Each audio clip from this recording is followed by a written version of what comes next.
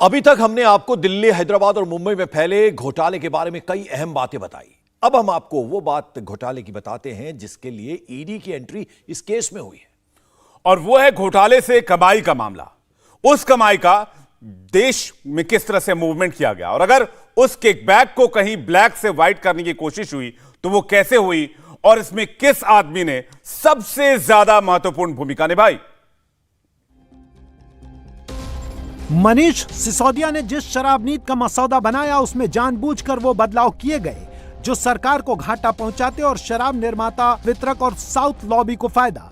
ED ने मनीष सिसोदिया के पीए सी अरविंद के हवाले से अदालत को बताया है, दिल्ली में नई शराब नीति बनाने का काम 13 अक्टूबर 2020 को शुरू हुआ। शुरू में ही ये साफ कर दिया गया था कि शराब उत्पादन का काम प्राइवेट कंपनी करेगी, जबकि वितरण का काम सरकारी कंपनी।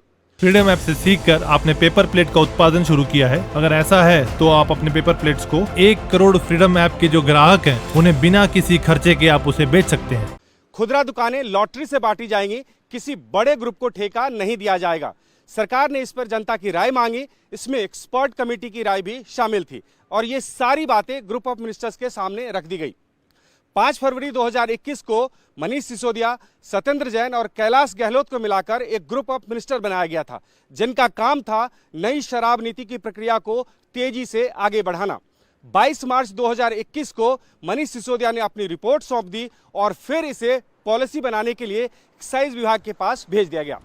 ईडी का दावा है कि मनीष सिसोदिया वाला जीओएम बिना किसी पूर्व सूचना के फिर मिला और उसने पॉलिसी में बदलाव कर दिए। मनीष सिसोदिया के पीए सी अरविंद, जो कि पेशे से चार्टर्ड अकाउंटेंट भी थे, उन्होंने ईडी को पूछताछ में बताया, मनीष सिसोदिया ने उन्हें 2 बार मुख्यमंत्री आवास में बुलाकर कुछ अहम डॉक्यूमेंट सौंपे। इन डॉक्यूमेंट में शराब नीति को लेकर अहम बदलाव करने के निर्देश दिए गए थे, आदेश दिए गए थे। पहला बदलाव रिलेटेड पार्टी शब्द की परिभाषा में बदलाव था, जबकि इनकम टैक्स एक्ट में इस शब्द को लेकर पहले ही विस्तृत परिभाषा दी गई है। और दूसरी बात, मनीष सिसोदिया ने सी अरविंद को मुख्यमंत्री आवास में बुलाया, एक दूसरा डॉक्यूमेंट दिया। इस डॉक्यूमेंट में शराब के वितरण को लेकर आदेश दिए गए, जिसमें बताया गया कि शराब का वितरण सरकार से हटकर कैसे प्राइवेट प्लेयर्स को सौंप दिया जाए, जबकि जीओएम की बैठक में इस तरीके के किसी भी बात पर कोई भी फैसला नहीं लिया गया था। 17 नवंबर 2021 में जब शराब नीति लागू की गई तो वो अपने शुरुआती मकसद से बहुत ज्यादा बदल गई थी। ईडी ने अदालत को बाकायदा टेबल बनाकर फर्क समझाया।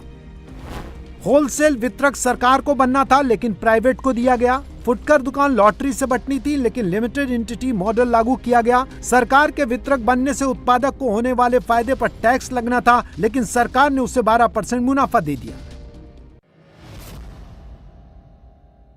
ईडी का दावा है कि विजय नायर ने सरकार की सारी जानकारी पहले ही साउथ ग्रुप को बता दी। उसके बाद इंडोस्प्रिट पर दबाव बनाकर रिटेल में साउथ ग्रुप की मोनोपोली करा दी। उत्पादक परनॉर्ड रिकॉर्ड पर दबाव बनाकर इंडोस्प्रिट और साउथ ग्रुप के जरिए दिल्ली में शराब के फुटकर वितरण के लिए मजबूर किया।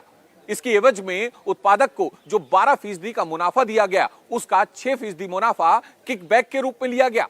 साउथ ग्रुप से 100 करोड़ रुपए अलग से लिए गए। इस तरह से ईडी का दावा है कि मनीष सिसोदिया को शराब घोटाले में 292.8 करोड़ रुपए की प्राप्ति हुई, जिसमें से 100 करोड़ साउथ ग्रुप के और 192.8 करोड़ रुपए रिटेल बिजनेस के सबसे बड़े हिस्सेदार इंडोस्प्रिट से मिले।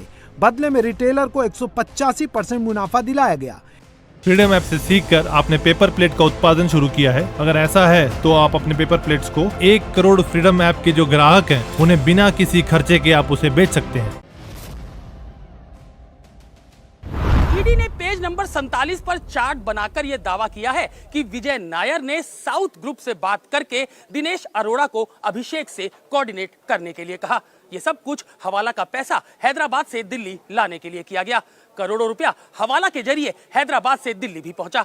दिल्ली की बंगाली मार्केट से दिनेश अरोड़ा ने हवाला का 1 करोड़ रुपया पिक भी किया। हवाला के लिए हैदराबाद से एक नोट का नंबर दिनेश को बताया जाता था। दिनेश इसे राजेश और सुधीर को बताता था और ये दोनों पैसा कलेक्ट करने के बाद इसकी जानकारी विजय नायर को देते थे। पेज नंबर 45 और 46 में 2 तस्वीरें लगाई गई हैं। ईडी का दावा है कि ये गोवा चुनाव के दौरान लगाए गए आम आदमी पार्टी के इश्तिहार हैं। ये इश्तेहार करने वाली कंपनी और विजय नायर के बीच बातचीत के रिकॉर्ड भी ईडी ने अदालत के सामने पेश किए हैं, जो कि मैसेज का स्क्रीनशॉट है, जिससे उन्होंने ये साबित किया है कि जो पैसा दिल्ली के शराब घोटाले से तेलंगाना की राजनीतिक हस्तियों को हिस्सा देकर कमाया गया, वो गोवा के चुनाव में खर्च हुआ। इंडिया टीवी हर वक्त हर जगह डाउनलोड करने के लिए सर्च करें India TV news Google play store या ऐप स्टोर पर।